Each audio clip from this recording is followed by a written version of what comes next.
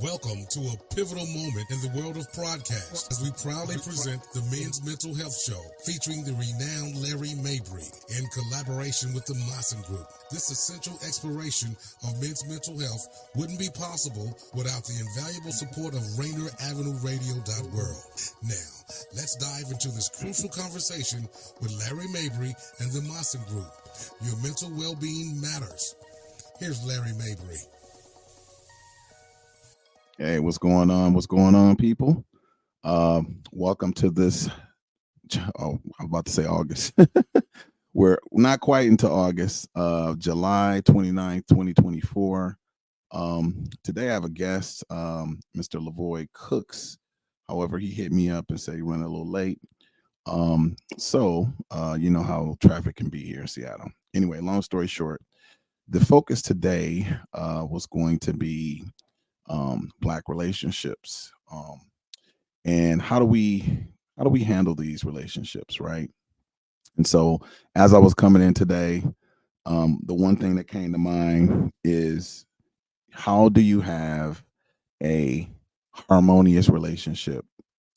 I'm curious to see, can somebody tell me, for those individuals out there, what's the main thing that you need to have in order to have a harmonious relationship? Does anyone know the answer to that? Well, the thing that comes to my mind that I think is really important, that I think sometimes we take for granted, is, well, let me ask you this question. How is the relationship with you?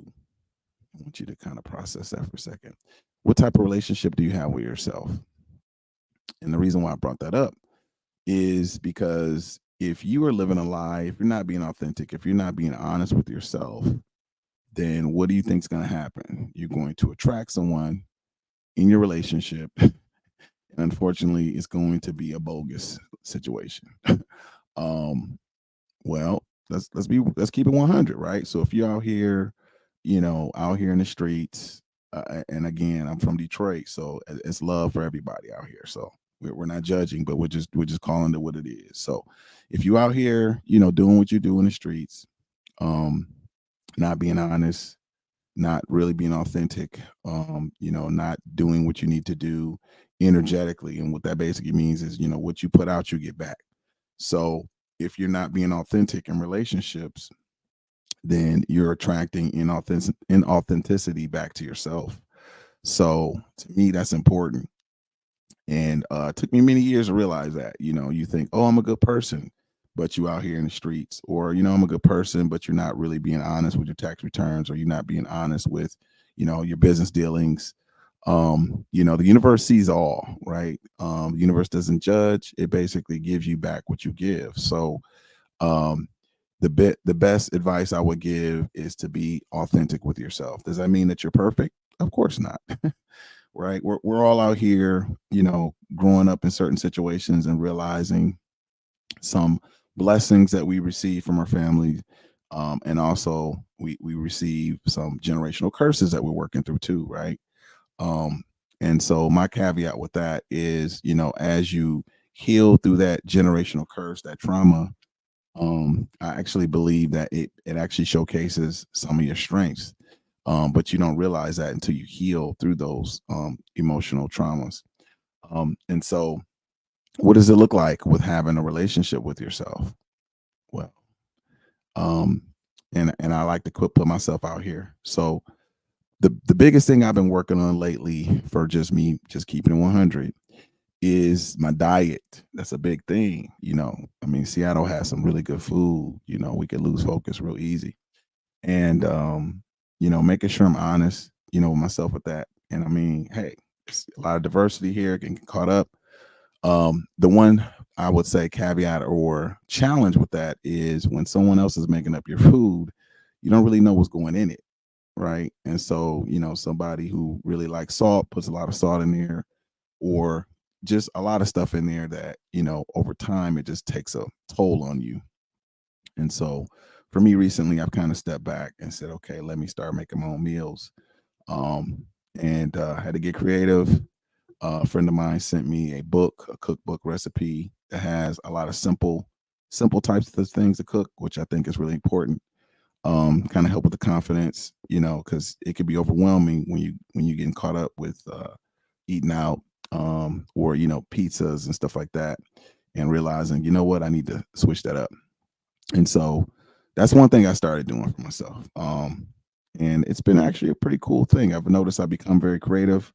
Yesterday I made some shrimp, kale shrimp, which was cool. And what I noticed, speaking of relationships, is I had to be honest with myself and say, okay, what am I doing to take care of my body? We have one body, we have to take care of it. And it was like a realization, like, okay, if you're not taking care of your body and taking care of your mind, then how can you take care of somebody else? And just having that real conversation. And it was like a rude awakening for myself. But you have to be honest and take those necessary steps. Was it easy? No, not in the beginning. Um, but sometimes you get sick and tired of being sick and tired, and you say, I got to make a change. um, and so, I decided to do that. But I'm curious to see, like, what are some things that you feel would be having a better relationship with? Like, what's your relationship like as far as your spirit, right? Are you designing or doing certain things to have a higher or more fulfilled relationship spiritually? You know, what are you doing with your mind? Are you getting caught up with positive affirmations? Are you watching those cognitive distortions? Um, are you having some baby mama drama? um, you know, or daddy drama, mama drama, things of that nature. Those relationships that are strained, what are you doing to kind of refine and make them more whole? And so the biggest thing I recommend is making sure you do some things with yourself. Really, really important. And we as men, I think sometimes we shy away from that. Bravado, thinking, oh, we got this, everything's all good. But we got to be honest with ourselves, right? And unfortunately, I feel like for us, there's a couple situations that like teach us the truth when we're a little bit too cocky. I would say, well, I can speak for myself. So typically, a situation that's very humbling, where you have to kind of step back and say, you know what, I've been looking at this a little bit wrong. That's one opportunity, I think, for us as men, where we have to kind of take stock and do something different. Another instance is, supreme loss, right? So if we lose some things, job, income, relationships, it gives us the opportunity to really kind of do a reset. Um, Another thing I would like to add in there too is, whenever our ego is challenged, I think that's a great opportunity, right? So if you notice, that someone challenges you with your ego, that's the opportunity for you to kind of take a step back and kind of do an assessment and say, okay, what do I need to do to be the best person I can be for myself? And then for me, my philosophy is, if you are who you are in terms of being the best individual for yourself, then you will attract that individual that aligns with you. But if you're not being honest, if you're being a little bit secretive, if you're not quite being authentic, then unfortunately, you'll attract some people who are what I would like to call a direct relationship to you. And sometimes that's good, right? You might say, well, what do you mean? Sometimes, we have to have those realizations to kind of wake us up, right? I remember hearing a story about, Michael Jordan, back in high school, where he didn't make the team.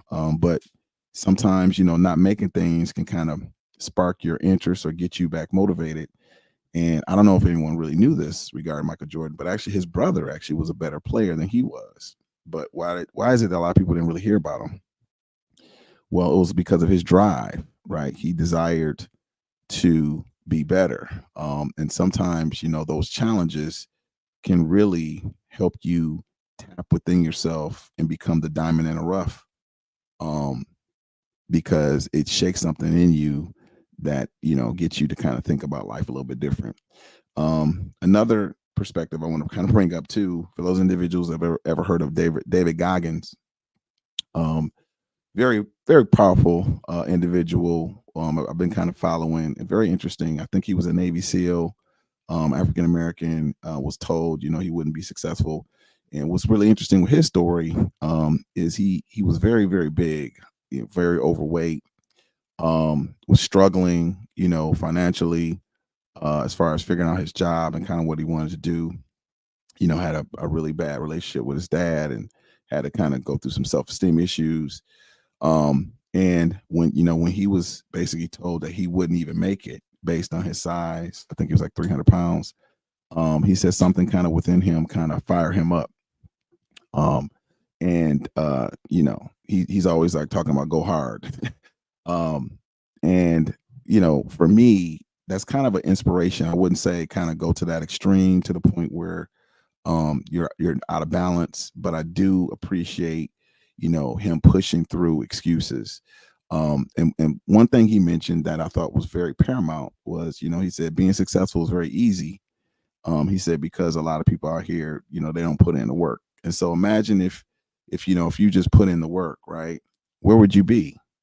Right? Imagine if you really say, you know what, I want to be the best person I could be, and you work towards that every day. It could be a little bit. So let's say, okay, you want to lose a few pounds. What are you doing? Are you walking every day? It could be 5 minutes a day. Simple. What I noticed that's really effective is the consistency that's more important than the length, right? If you are consistently doing something, then you can add something to it because you create a different habit. And so what types of relationships are you fostering to improve, right? And I feel like for us as men, it's important to have that balanced relationship with ourselves. But then what relationships are we having with, the counterparts? If we're having a strained relationship with our sister, that's going to be a bit of a challenge to have a healthy relationship with a female mate, if that's what we desire to have. Because we learn kind of how to interact based on these relationships. And so what are you doing to foster that positive relationship, right? Be mindful of that. And so as we talk about Black relationships, some of that can actually be skewed, right? Because sometimes we may have a negative relationship that we might need to assess, reevaluate, and maybe cut out, right? I know, and I wanted to kind of share this. Growing up in the D, it was predominantly African Americans around. I was cool with all different cultures and everything, but I realized, that I did have some biases based on the way I was raised. And as I ended up connecting with different people, I realized, hey, we're all the same, right? We all want the same types of things. And so I had to mature, right? Because, you see the media, you see a lot of things, and it becomes, oh, they against me against them type thing. In Detroit, there's a lot of police brutality. Unfortunately, there's a lot of Black on Black crime as well. And so I had to kind of step back and say, have that real conversation and say, man, what is it with, us killing ourselves? And so I really realized that, we had to make sure that we had a healthy relationship with ourselves, because if you can't love yourself, then how can you love someone else? Just keeping it 100. It doesn't really matter as far as a culture at that point. I mean, love is love, right? Love isn't bias. Love is just love, right? How many times, for those people who are dog people, dogs teach us unconditional love. And, when you love an animal, it doesn't really matter what type of issue they have. I mean, it's just the love that you have for them. And you're able to kind of help the dog through whatever challenge they have, right? And so how can we not apply that same theory or that same type of connection to people, humans, right? We all desire to have that connection. And so what are we doing to foster that relationship? So anyway, I wanted to put that out there for you guys. So feel free to kind of reach out and kind of let us know what you're thinking about relationships. Am I saying something that you think resonates with you, or are you feeling like, man, whatever, Larry, we should talk about something else, right? And that's cool. Feel free to reach out and kind of let us know here on Instagram, Facebook, Rainier Avenue .world, and just kind of say hi, let us know what's up, right? What do you guys think about this weather right now? So it's kind of changing. As we roll into August, it's kind of getting what I like to call the Seattle slump type weather. We were spoiled with really hot weather for a little bit. When we see weather like this, for me, it's like, okay, we're getting back to the we're getting back to the Seattle slump. Um, if that makes sense. So anyway, Black relationships, right? What type of relationship do you have with mom? What type of relationship do you have with your community? Really, really important. I think we utilize the community a lot to make sure that we can do what we can so that we can all be successful. So I think my guest may be trying to come in here shortly. So we'll see here. We have a few minutes. But anyway, relationships, right? So relationships. So think about what type of relationship you want to have, and what are you doing to foster that relationship. Okay, so we have our guest, Levoy, just made it. We got a few minutes here. We've been talking about Black relationships. As he kind of gets set up here first, I kind of mentioned to everybody about making sure they have a relationship with themselves first. I thought that was important. Um, and I don't know if you can kind of say something. I know you just kind of getting mic'd up and everything. So welcome, Levoy. How are you? Hello, everyone. How y'all doing? Good. So we just been kind of talking a little bit about relationships, and Black relationships. I was basically talking about having a relationship with ourselves. So you want to kind of tell us a little bit about yourself and kind of what you wanted to talk about a little bit today? Well, I'm originally born from Dallas, Texas, and experienced a lot growing up. Okay. See my parents go through a lot of things. Okay. See my dad and my stepdad went through a lot of things, depression and all that stuff. So, right. Got in the military, went up here to Northwest, and here I am. All right. Okay. Cool. Appreciate that. Okay. All right. And so, as far as the Black relationships within our community, what are some things you kind of want to highlight a little bit today? Well, the thing I wanted to highlight is basically accountability within the relationships. Okay. And there's a lot of generally in relationships, there's a lot of finger pointing. Okay. And if you really pay attention nowadays, it's a systemic approach on how it influenced the way we think and how we take on responsibility. Okay. And so now you have both sides of the sexes who's has a lack of accountability, but one side I wanted to hit on a little bit more because that a lot of times they're not understanding how the systemic is influencing the way they think and process and do things. Okay. I got a couple questions. So when you say accountability, can you clarify that? Are you talking about accountability from the male perspective, the female perspective? Kind of expand on that a little bit. I will say both. Okay. Now, if you really look at the narrative now, where things have been framed, especially with Black males. Okay. If you pay attention to society, it's really showing that us Black males is being shown consistently unaccountable or a lack thereof, and has less value. Okay. And so what I like to say, I don't want to hurt any feelings out here or cause an issue, but there is a lot of women who also have a lack of accountability. Right. And a lot of those things is influenced with entitledness, narcissism, and a lot of few things that are associated with that. And so those things need to be addressed because ultimately they really hurts our society. Yeah, I agree. And it hurts all our newer generation. That's why I say accountability has to take place because there's children that we're bringing up. They're seeing these consistent behaviors all across the board. Yeah, that makes sense. You're right. And that kind of, as far as, what I talk about as far as mental health, that's important. And we kind of talk about the generational curses, right, that we kind of all experience. And unfortunately, if we don't heal those things, we tend to perpetuate that, right, within our relationships. And so what do you think would be the best way to combat that, right? So as far as you have an individual that doesn't have accountability, how do we combat that? What do you think would be the best way forward to remedy that? You know what? I really like to take it back to the day where it's in the society. Give it an example. Couple of my friends, they were raised by men in their family. Okay.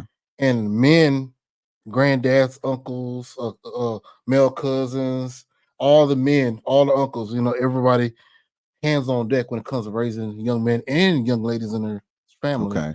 So what I'm hearing you say basically is just all hands on deck community, right? We can all kind of work together.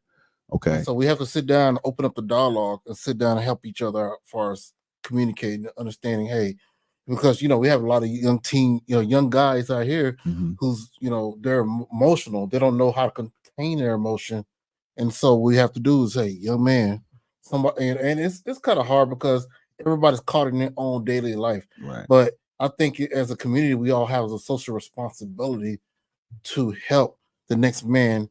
Hey, brother, your economic situation is bad, or what's going on?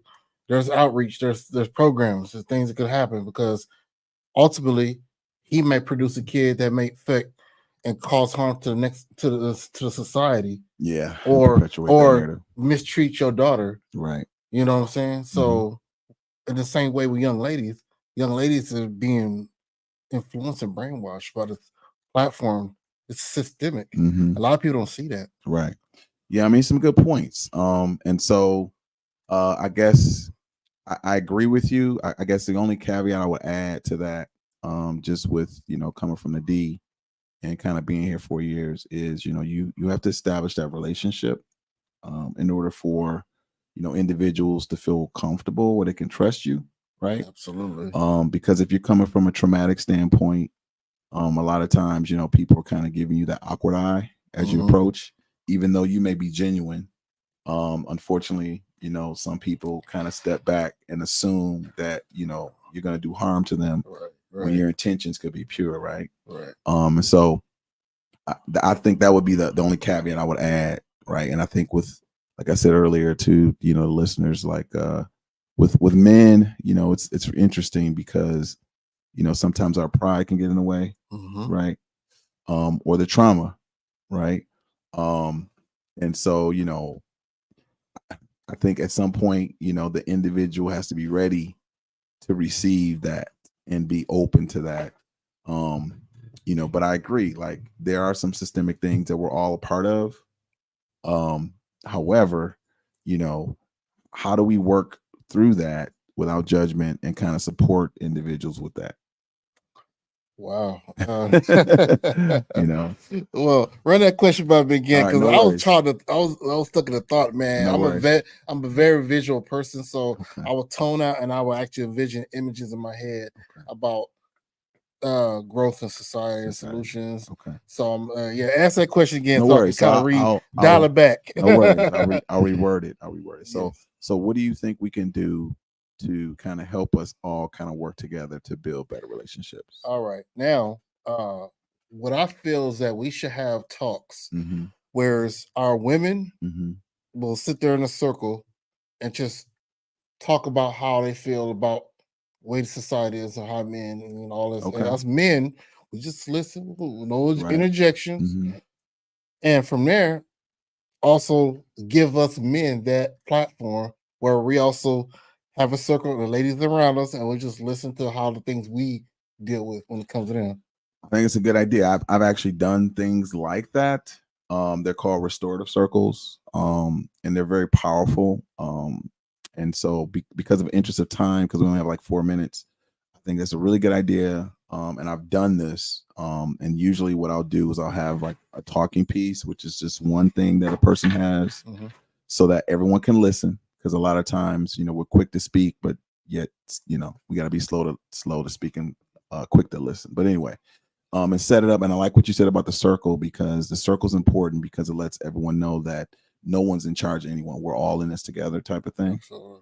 Very important. And I like what you said too about the men and women, coming together, but at the same time listening and then speaking. I think that's important.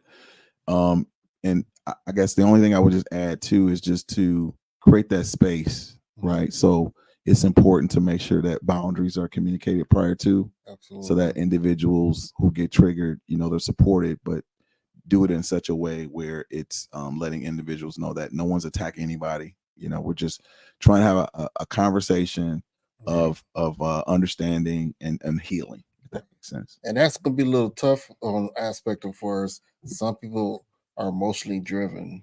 Yes. And they will, a lot of times in today's society, people will express out of emotion and they feel like their emotion is supreme, regardless of what damage is done or what is the cause. Right. But they feel like because they feel a certain way, they're in that right. Right. And so both men and women does this. Yeah. And what I like to gear towards is helping our men become more masculine by understanding that, you know, we have to. What I'm going to say is we have to reinstill those teachings we had when fathers and men placed it upon the young men, because it used to be back in the day where it's all the men will teach the young men, and those men become more solid as they grow.